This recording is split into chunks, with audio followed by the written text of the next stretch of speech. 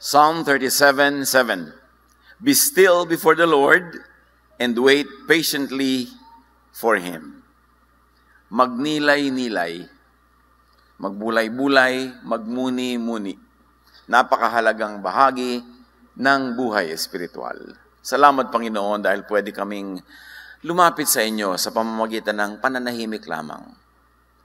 Nabigyan namin kayo ng puwang, ng oras sa aming puso na kayo mangusap, magtuwid, magpaliwanag.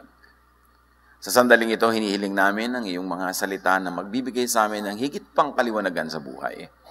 May you be our speaker, may your voice be heard by all, and may you enlighten us. Lead us unto greater knowledge of you, unto deeper spirituality, unto a more peaceful and loving lifestyle. Father, we thank you. We honor you. In the name of your Son, Jesus. Pagninilay, meditation, contemplation, or reflection. Isang pagbubukas o pagbabago ng isipan ayon sa pagtawag, sa pahayag ng Panginoon. Pagninilay is not pag-iisip. It's not thinking consciously. It is not to be mistaken for the intellectual and mental exercises of Bible study, of group discussion, and even of guided devotional time or what we call quiet time. Ang tunay na pagninilay ay hindi conscious thinking. Psalm 119:15-16, I meditate on your precepts and consider your ways. I delight in your decrees. And here in meditate, the Hebrew word used is haga. Yung mga Jew, pag nagme-meditate sila, hindi katulad ng modern day quiet time ngayon. They recite words from Scripture repeatedly. Malakas, nadidinig nila, nadidinig ng iba, so that when people are doing their meditation together, it's really quite noisy. And the noise, the collective sound that they produce, become like a repetitious drone that mesmerizes, almost hypnotic, that it has the effect of mantras. People get lost in the process. They lose hold of their intellect, and they are ushered into a level of thinking, into a level of non-thinking, where the Spirit could work and where the Spirit could lead in the fellowship.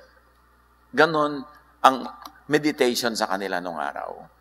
A kind of meditation that was really overdone, in fact, almost abused by the Pharisees during the time of Jesus.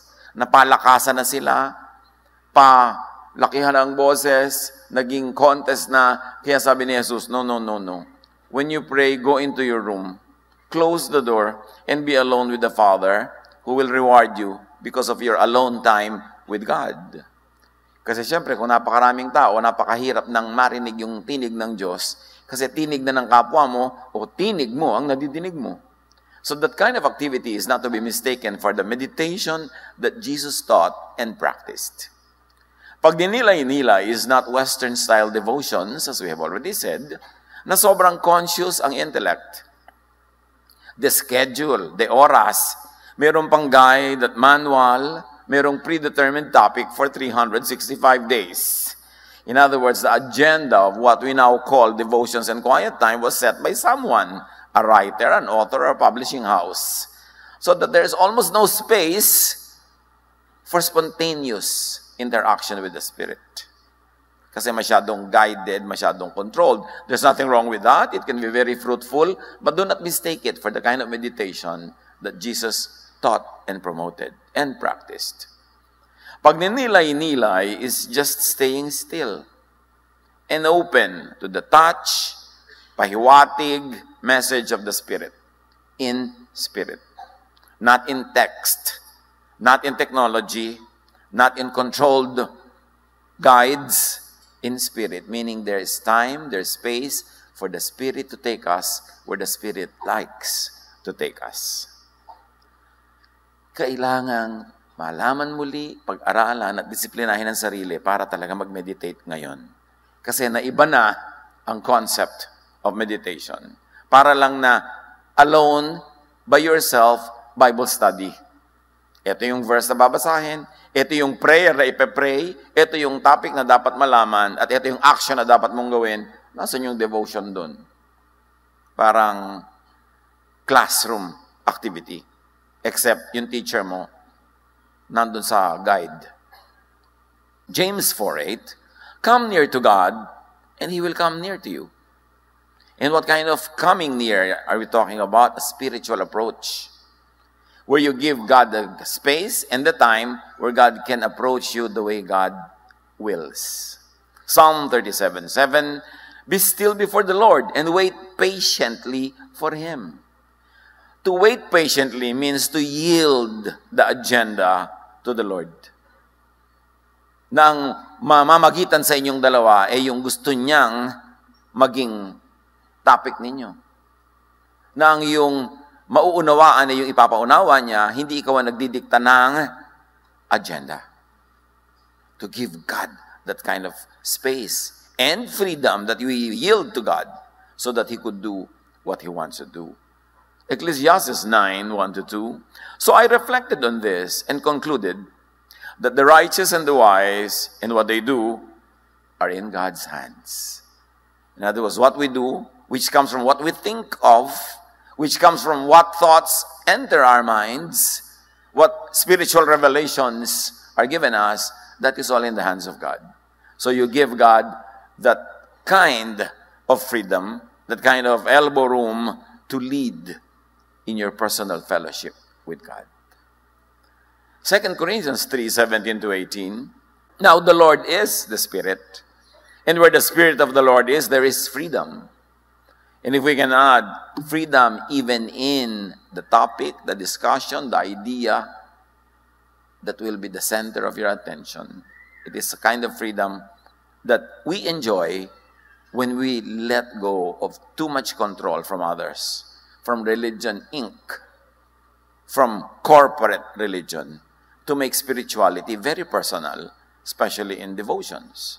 And we all, who with unveiled faces contemplate the Lord's glory, are being transformed into His image with ever-increasing glory. This is what we like. Jesus-likeness, Christ-likeness, transformation from our image into the image of God. And how does the transformation happen? By the changing of our minds, which happens when the Spirit reveals to us, in spirit, the will of God, the guidance of God in general and in particular affairs of our daily life. So mahalaga yung contemplation. Contemplation na hinahayaang Diyos ang manguna, ang umakay kung saan tayo gustong dalhin. What are some of the effects of pagninilay on the body, on the mind and emotions, according to science? Meaning according to psychology, psychiatry, even medicine, because by now there are already countless clinical experiments, clinical observation done under scientific methods, in scientific terms, on the effects of being quiet, spiritually connecting with the divine, of meditation. Maraming pag-aaral. What are the effects of pagninilay on the body and the mind according to science and Scripture? We should not make science and Scripture oppose each other because science is God's prophet. When science explains to us the method, the methodology, the way things work, it is not excluding in the equation that it was made, created by God. Naiintindihan lang natin the mechanics of how God works. Up to a point, hanggang maaabot ng electron microscope, umaabot ng mga telescopes. May nababatid tayo sa mamaraan ng pagkilos at paggawa ng Diyos, pero hindi nun ibig sabihin wala palang Diyos nung nalaman mo yung method. So, hindi dapat kinokontra ang science. Science could be God's last prophet, explaining to us, bringing us into frontiers heretofore unreached and unknown to man. Paano pinapahayag ang nangyayari sa body, sa mind, sa emotions through meditation in Scripture? It is expressed in prayer. It is expressed expressed in declarations of faith. Na makikita natin that over time, our spiritual ancestors have already observed the effect of spiritual communication with God on their body, on their minds, on their emotions, to the point that it is now enshrined in their prayers, which are recorded in Scripture, enshrined in their declarations of faith. Again, it's recorded, carved in stone, if you wish, in Scripture. Meditation and pagninilay, according to science, physically changes the brain. Clinical studies of people who do meditation have observed changes in the shape, the physical shape of the brain during meditation and after. And meditation grows the good, the so-called good parts of the brain. The parts of the brain that give you happiness, joy, peace, contentment, all those positive feelings. And expressed in Psalm 119, 31-32, I hold fast to your statutes, Lord. I run in the path of your commands, for you have broadened my understanding. Poetic way of saying, you have changed the shape of my brain. You have broadened my understanding. You have made the parts of my brain that make me intelligent become more and more pronounced. Meditation and pagninilay increases the area of the brain for learning and memory. That's what science says. And the Scripture says, Psalm 19:7, the law of the Lord is perfect, refreshing the soul. The statutes of the Lord are trustworthy, making wise the simple.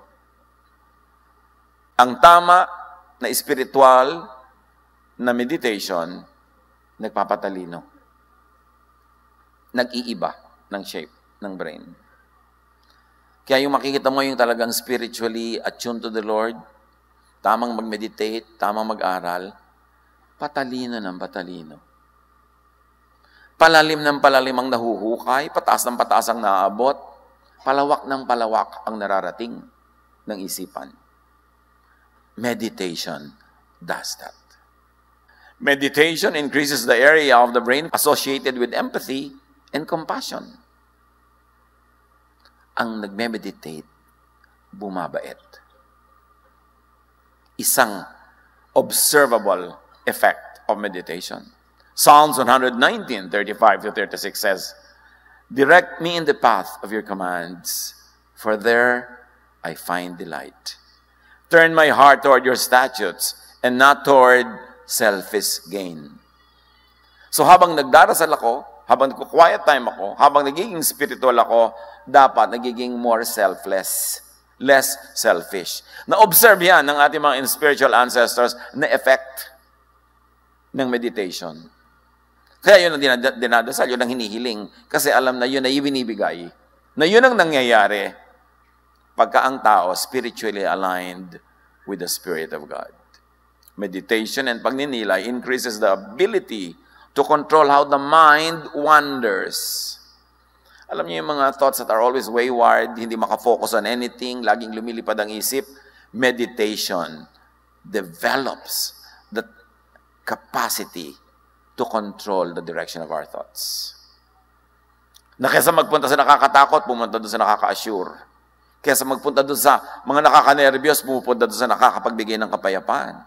Kaysa pumunta yung isip mo doon sa nakakagalit, pumupunta doon sa nakakapagpatawad. Meditation does that.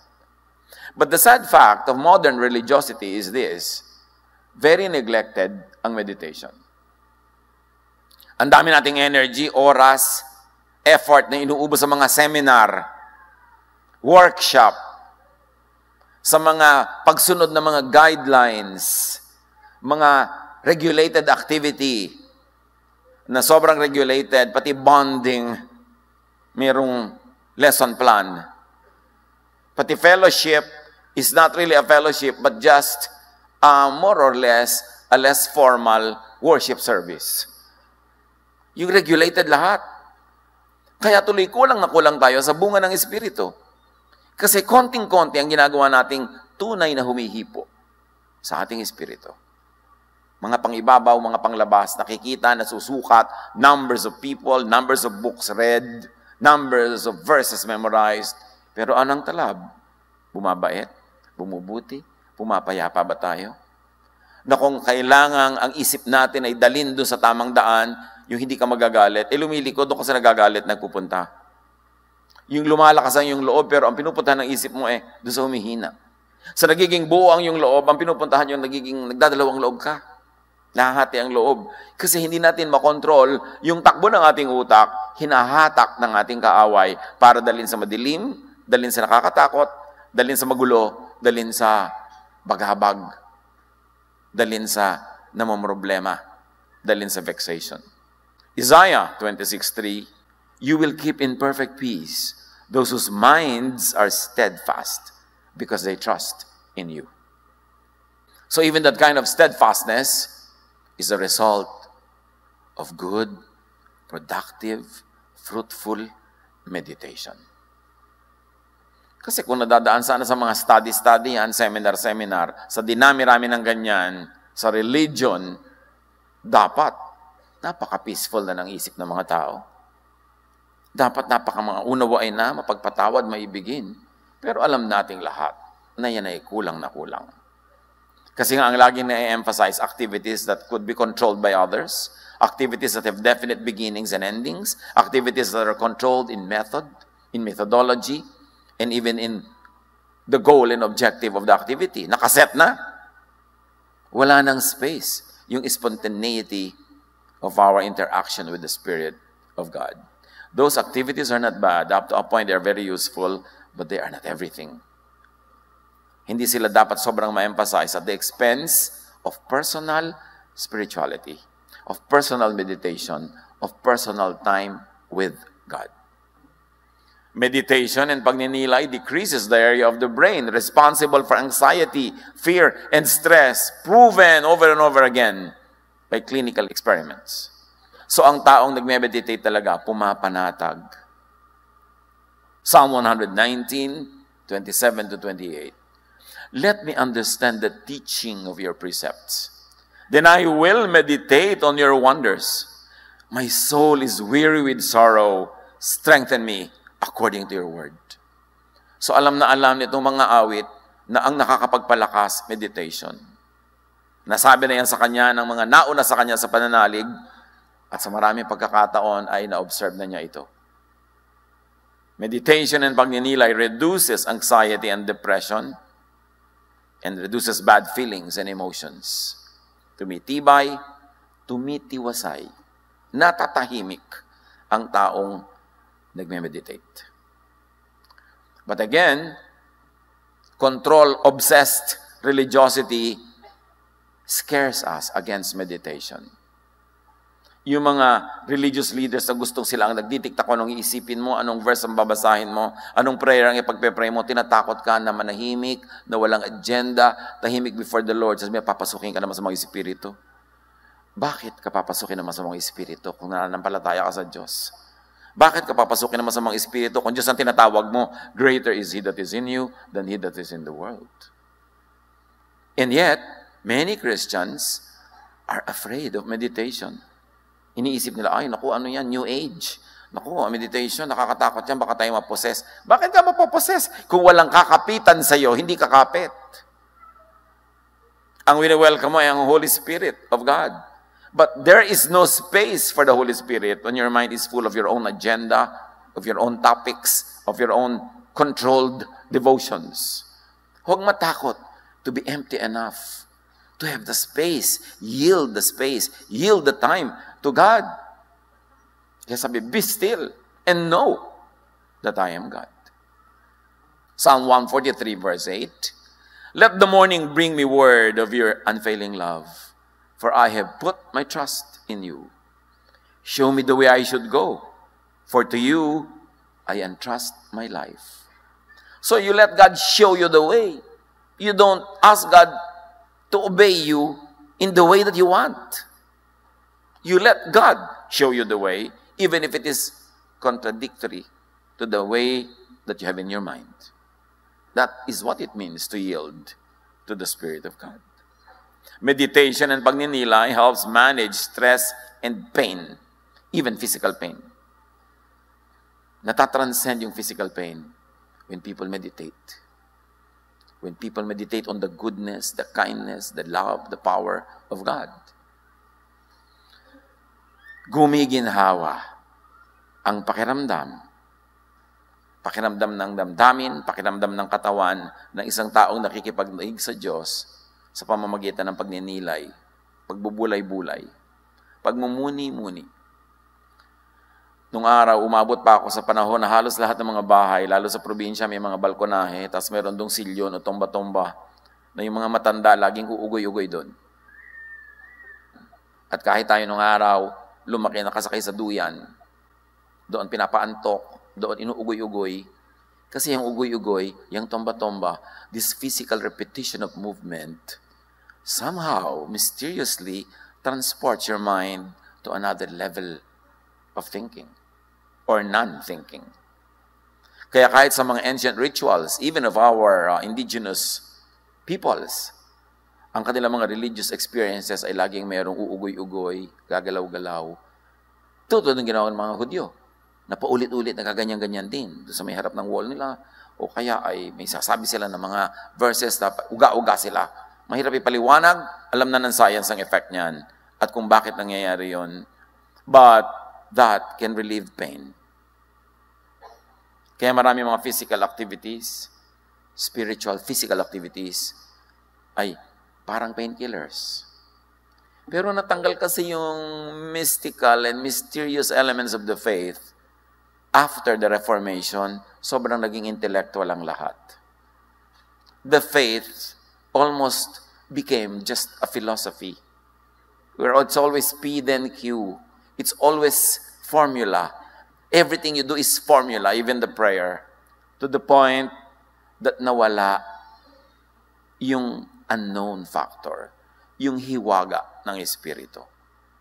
Psalm 4, 7-8, you have filled my heart with greater joy than when their grain and new wine abound.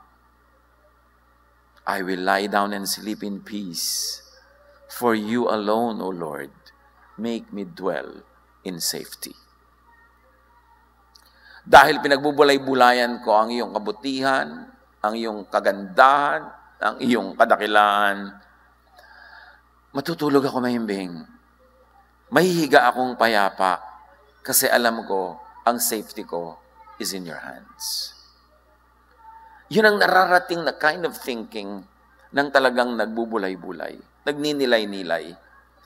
Natututo siyang ipagtiwala sa Diyos ang lahat ng bagay na hindi naman niya kayang kontrolin. Ang kabaligtaran nun, pinipilit mong kontrolin ang hindi mo naman nakokontrol, ang bunga nun, stress, vexation, trouble, fear, unhappiness, all the negative things. Psalm 63, 5-6, my soul is satisfied as with a rich feast, and my mouth praises you with joyful lips. When I think of you in my bed, and meditate on you in the watches of the night. Kailan daw ako nagdiriwang na daig ko pa ang merong isang piyesta? Kailan nag-uumapaw at lumalabas sa aking labi ang mga salita ng papuri? Pag iniisip ko po kayo, Panginoon. Pag kayo ang laman ng aking isip, lalong-lalo na kung nagbubulay-bulay ako sa aking higaan. In all the watches of the night, the ancient peoples divided the day into several watches. May first, second, third, fourth watch. Division of time. At sinasabi niya, I meditate on you in the watches of the night. In other words, kumisan buong gabi na nagme-meditate siya, hindi 10 minutes. May effect tuloy. Sabi niya, that's why I lie down in peace. Because you are with me. Meditation and pagninilay stimulates the part of the brain responsible for willpower. Alam niyo, yung buo ang loob, yung matibay ang loob, yung may paninindigan, bunga yan ng meditation. Kaya kung maropok ka, madaling maakit dito, madala doon, madaling lumiko-liko dito, kulang sa meditation. 2 Timothy 1:7, for the Spirit that God gave us does not make us timid, but gives us power, love, and self-discipline. Bunga ng spiritual meditation. Pagninilay helps improve concentration and focus. Yung mga pinaghihirapan ng mga magulang, paano yung mga anak nila na kulang sa focus, kulang sa concentration, palakihin sila na mayroong meditation sa bahay. Psalm 1, 2-3, but his delight is in the law of the Lord, and on his law he meditates day and night. He is like a tree planted by streams of water, which yields its fruit in season, and whose leaf does not wither. Whatever he does, prospers. Bunga ng meditation. Ang nagme-meditate daw na tao parang puno na nakatanim sa tabi ng batis. Hindi na uuhaw, hindi na tutuyo. Namumunga sa tamang panahon. So dapat may bunga tayo sa tamang panahon. May panahon na tinutokso ka ng tokso. Ano dapat bunga mo? Strength. Hindi weakness. May nang aasar at nang gagalit sa'yo. Anong bunga mo? Pagpapatawad, understanding, kindness. Kasi dapat namumunga ka in season. To say that you bear fruit in season is to bear the fruit needed in that time. Kaya pag summer, di ba, makata sa mga prutas kasi nauuhaw ang mga tao. Yun ang kailangan sa season na yun. So sa season ng buhay mo na tagsala, taghirap, wala kang kapera-pera, ano dapat bunga ang lumalabas sa'yo? The fruit needed in the season of poverty, in the season of need. And that is trust in God. Wisdom in extending your limited resources. Trust. Faith. Yun ang bunga na kailangan. At yan ay nangyayari sa nagme-meditate. Sa nagninilay-nilay. Yung nilay-nilay, kinokonek-connect mo yung mga sinabi ng Diyos na alam mo, tapos yung mga nangyayari sa buhay na nakikita mo, nakokonek mo yung kanilang relasyon, at sasabi mo, oo nga, tama nga ang Diyos. I meditate and find your laws wonderful. You are really good. You are really God. You are really wonderful. Dapat ganoon ang mga bunga ng pagninilay-nilay. Kaya kailangan may space to let God set the agenda. Pagninilay helps sustain attention while ignoring unwanted or disruptive thoughts. Ang daming unwanted and disruptive thoughts. Jealousy, envy, fear. Lahat ng mga yan. Unwanted dyan. Pero bakit laging dyan nagpupunta ang isip ng marami? Kulang sa control ang isip. Kulang sa meditation. Psalm 56, 3-4, when I am afraid, I put my trust in you. Bunga yon. In God, whose word I praise. In God I trust, and I am not afraid. What can mere mortals do to me? So there's a relationship between peace and vexation. Sabi niya, I will always have peace because I believe in you, because I meditate on your word and realize and connect the dots. That you are really correct, that you're really God, you're really loving, you're really in control. Therefore, hindi ako magpapagulo sa ginagawa ng mga tao sa paligid ko. Tao lang sila. Kayo, Diyos. Sa inyo ako sasandal, sa inyo ako aasa. But for you to get to that point of saying that, you've got to meditate enough to see that the promises of God are true. To see that the justice of God is really justice. To see that the power of God is really at work, even in moments when you don't feel it. To know that God is God no matter what.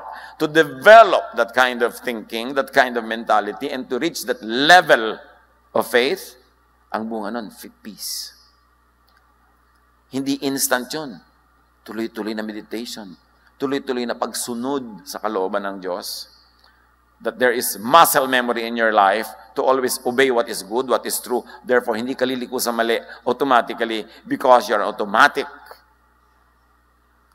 piloting to do the right course. Meditation and pagninilay lowers blood pressure. Napatunayan na rin yan. Kaya nay, mataas ang blood pressure nyo. Baka kulang kayo sa pagninilay-nilay. Di ba? Kasi dapat pumapayapa ka. Meron nga mga tao, matataas ang presyon, mga may sakit, dinadala mo pala sa doktor, gumagaling na. Kasi sa mind nila, nakafocus na sila doon sa magiging effect ng ministration. Mind talaga, over matter. Pagninilay slows down aging. Clinically proven. At cellular levels, it increases the regenerative abilities of the cells. Kaya, sulyapan yung katabi nyo. Nagninilay-nilay kaya siya? Nakikita daw sa kutis. Yung bang may glow, yung merong elasticity, yung merong merong X factor. Alam mo, yung pagka-tao na nakababad sa Espiritu ng Diyos. Pero kitang-kita mo rin sa kutis ko na mga problema sa asawa, ha? Gawat kulubot ng kutis niya sinasabi, ang asawa ko, iniinis ako. Lumalabas talaga yan. Kaya alam mo rin yung mga asawa, ang ganda mag-alaga, kagaganda ng mga asawa. Yung ibang uri. Lalo na ngayon, kung nakababad ka sa Panginoon sa meditation. Talagang Diyos ang timeless. Siya ang fountain of youth. Yung payapa ang loob. Yung tahimik ang buhay. Yung nagtitiwala. Hindi nagpapadala sa takot o pangamba. Hindi nagpapa-influence sa nervyos, sa inggit, sa selos. Yan ang nagpapaganda ng even ang physical looks. Psalm 1, 1-3. Blessed is the one whose delight is in the law of the Lord, and who meditates on his law day and night. The person is like a tree planted by streams of water, which yields its fruit in season, and whose leaf does not wither. Whatever they do, prospers. Lagi silang nananariwa, namumukad ka, dumalimuyak. Nakikita mo ang effect ng kanilang meditation. Meditation makes one happier because pagninilay produces positive emotions. And over time, when you keep doing it, the effect becomes even more. Merong geometric increase. Psalm 19:8, the precepts of the Lord are right, giving joy to the heart. The commands of the Lord are radiant, giving light to the eyes. Oras na na-connect mo yung katotohanan na tama ang Diyos no matter what, merong ningning ang iyong mata. Merong ligaya ang iyong puso. Anuman ang nangyayari. Psalm 16:8-9, I keep my eyes always on the Lord. With Him at my right hand, I will not be shaken. Therefore my heart is glad, and my tongue rejoices. My body also will rest secure. Dahil ako'y nakababad sa Espiritu ng Diyos, hindi ako madaling maligalig, matigatig, makalog, mag-worry. Kaya naman tahimik, masaya ang aking puso, at nakikita yan sa aking mga salita. Yung kapayapaan, yung katahimikan ng loob, lumalabas sa aking speech. Lumalabas sa mga salitang tinatype ko sa aking keyboard, sa mga comment na ilalagay ko sa Facebook. Di ba? Out of the abundance of the heart, the finger clicks. Kaya kung puro ka dyan bitterness, puro ka dyan anger, kitang-kita sa mga comment mo. Kitang-kita sa mga pinagsasasabi natin. Lalo ngayon, halos walang accountability because of distance. Kahit ano lang gusto mo sabihin mo, but you're exposing what is in your heart. Kaya maganda rin diagnosis yan. Pastor, gusto ko po magpa-counsel, gusto ko malaman kung anong problema ko. Anong Facebook password mo? Yeah. Titingnan ko mga pinagpo-post mo dyan, malalaman ko na kung nasan yung spirito mo. Hindi mahirap malaman yan. Lumalabas kasi sa technology. So, kung gusto mong palitan yung word na lumalabas doon sa screen, palitan ng isip, ibabad yan sa meditation. Para pag-ibig, kapayapaan, katahimikan, yung mga lahat ng gusto ni Jesus ang nagaganap sa ating buhay. Pagninilay increases the gamma brain waves associated with empathy and feelings of happiness. Imagine, salamat na lang, marami mga scientists ang nag-aaral ng ganitong mga bagay. Sabi naman Psalm 119:111, your statutes are my heritage forever. They are the joy of my heart. Agree. Meditation promotes appreciation of the present moment. Alam niyo yung talaga nagme-meditate, lagi nakababad sa Panginoon, nasa present ang tingin. Bakit? Pag lagi kayong nakatingin sa past, malulungkot kayo. Nakakalungkot isipin na, the good old days, the good old days. Na nung araw, yung dimple mo narito sa pisngi. Ngayon, nandito na sa sentido. Cafe facelift. Sabi mo, namimiss ko yung dimple kong mababa. Minsan, ang ganda-ganda ng dimple mo, pusod ko yan. Ganun ka-effective, ang lifting. sayang, ganun nung araw, gusto ko nung araw. Alam niyo po, lagi niyong inisip yung nakaraan, malulungkot kayo. At pag lagi niyong inisip ang future, matatakot lang kayo, nenervyusin kayo. Tapos ang daming religion, walang ginawa kundi puro future ang pinag-uusapan. Mga end of the world na nakakatakot. Pamisa-misa ka nag-church, umuwi ka pa takot. Eh mapipigil mo ba kailan mangyari yan? Bakit lagi na lamang yan ang iniisip? Kaya sabi ni Jesus, do not worry about tomorrow. Focus on today. Tomorrow will be anxious for itself. The day's own trouble, will be enough for you. Because God's blessing for today is enough for all your needs today. Nagkukulang sa tingin mo kasi ina-allocate mo sa loneliness of the past and worries of the future. Kulang tuloy. So do not be anxious about tomorrow. Don't think about it. Ang isipin mo yung ngayon at makikita mong sapat ang mga blessings sa iyo ngayon. Pero pag inisip mo yung ibabayad mo sa mga kung ano mong babayaran next month, nervyosin ka nga. Sabi nga tomorrow will worry about itself. Psalm 49, 3-5, my mouth will speak words of wisdom. The meditation of my heart will give you understanding. I will turn my ear to a proverb. With the harp, I will expound my riddle. Why should I fear when evil days come, when wicked deceivers surround me? So, alam niyo, antidote ko sa mga yan. Sabi ganon, tutugtog ako, magpupuri ako, gugunitain ko ang mga salawikain na napatunayan na over generations na tama at tumpak para ako matahimik. Pagninilay clarifies thought. Nakakapagpalinaw ng isip. Isaiah 57, because the sovereign Lord helps me, I will not be disgraced. Therefore I have set my face like flint, and I know I will not be put to shame. Nare-realize yan ng taong nagbubulay-bulay. Connecting problem with solutions, connecting experience with theory, nalalaman mong, yes, God is correct, God is in control. But it takes an expansive oversight, an expansive vision to see that and to connect the dots. Meditate. Meditate more often, more deeply, more transcendently. Huwag iasa sa experts ang inyong meditation. Maganda yung meron kang devotional guide, meron kang ganito, may ganun ka, pero dapat yon supplement lang. The main devotion must be between you and God alone.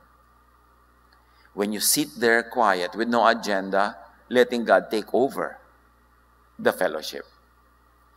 When you are quiet, that you can hear your mind think. Or you can hear non-thinking, so that it is God's thought that will fill your mind. Transcendent ang mga bagay na effective talaga. And it takes discipline to do that. Plug into God, plug into power through meditation. Because when you meditate, you enter a portal, you enter a door that brings you to another world, that brings you into a timeless, spaceless spirituality where God is supreme. Allow and make meditation become your portal, your doorway into and from the spiritual realm. From eternity into and from the kingdom and the kingship of God.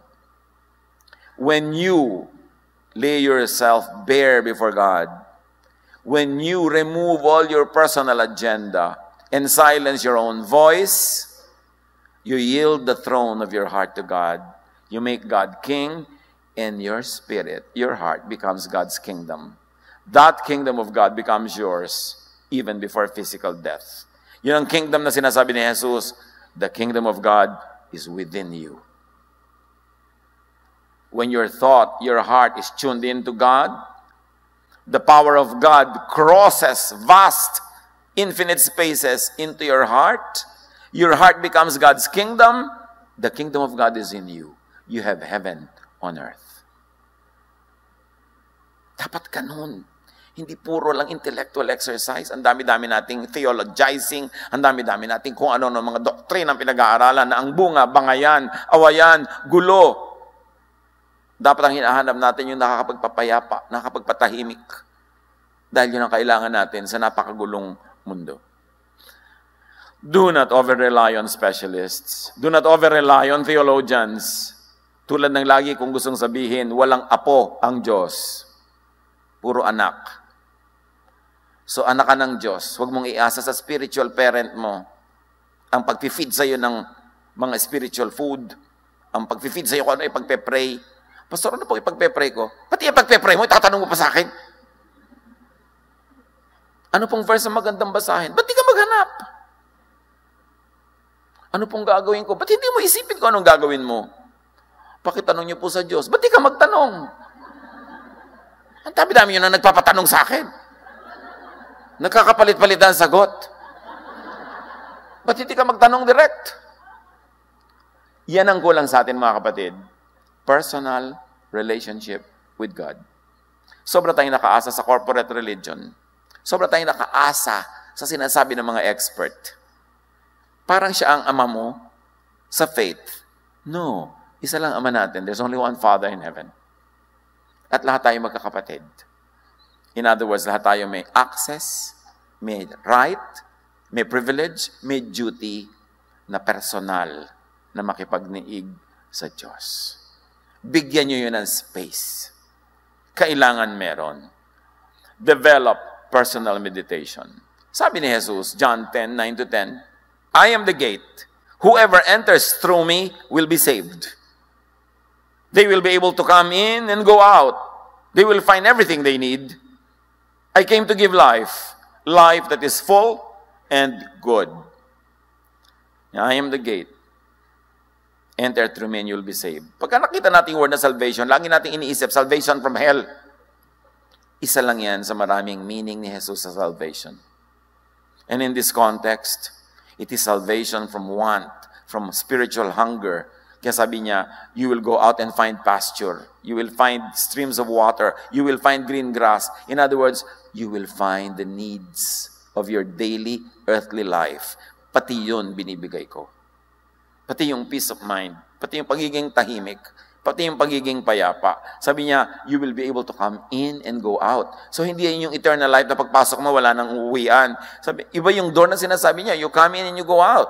From your place, you go to the pasture, and then you go back to where you are. Then you go to the streams of water. Then you go back to where you are. And He is that gate. In other words, binibigyan niya tayong laya na magpabalik-balik, magparot-parito, hanapin ang mga kailangan natin na handang-handa naman niyang ibigay.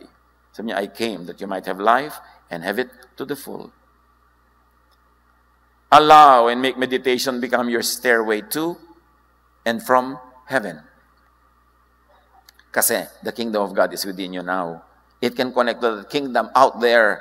And the way, yung parang Jacob's ladder, where angels go up and down from heaven to earth, that is meditation. That is spiritual connection. Na kahit si Jacob, nakita niya yung ladder nung siya natulog. At umunan siya sa bato. There is that kind of transfer, of transportation of consciousness para madaanan mo yung daan na yon at makinabang ka doon. Go up to and down from heaven, see God by meditation. You can see God by Bible study. You can see God by hearing messages like this. You can see God by singing, by praising, by worshiping, by serving. But never neglect the way to see God through meditation. Because that is one of the most powerful ways that God has given us to be in touch with Him. Magnilay-nilay.